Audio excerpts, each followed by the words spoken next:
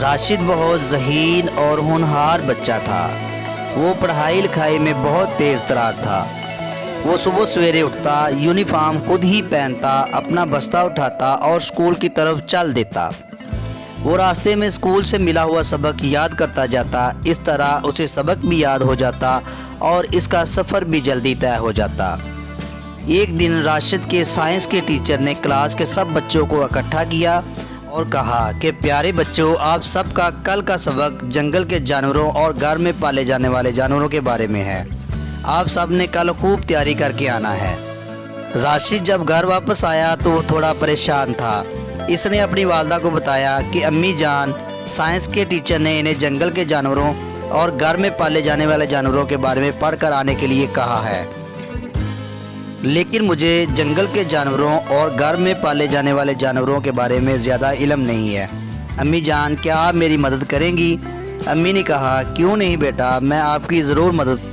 امی نے راشد کو بتایا کہ بیٹا، شیر، لومڑی، ہرن، ہاتھی، چیتا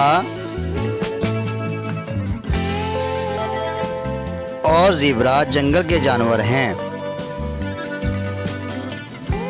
بکری، خرگوش، گائے، گھوڑا، بطخ، مرغ اور مرغی ایسے جانور ہیں جنہیں ہم گھر میں پالتے ہیں اور یہ جانور ضرورت کے وقت ہمارے کام آتے ہیں۔ ان جانوروں سے ہم دودھ، انڈے اور گوشت حاصل کرتے ہیں۔ کچھ جانور ہماری سواری کے کام آتے ہیں، اسی لیے ہم انہیں پالتو جانور بھی کہتے ہیں۔ اگلے دن راشد نے اپنے ٹیچر کو سارا سبق اچھے سے سنایا اور خوب داد وصول کی۔ امید ہے آپ تمام بچوں کو بھی جنگلی جانور اور پالتو جانوروں کے بارے میں علم ہو چکا ہوگا۔ میری ویڈیو پسند آئے تو میرے چینل کو سبسکرائب کریں اور گھنٹی کے نشان پر کلک کریں۔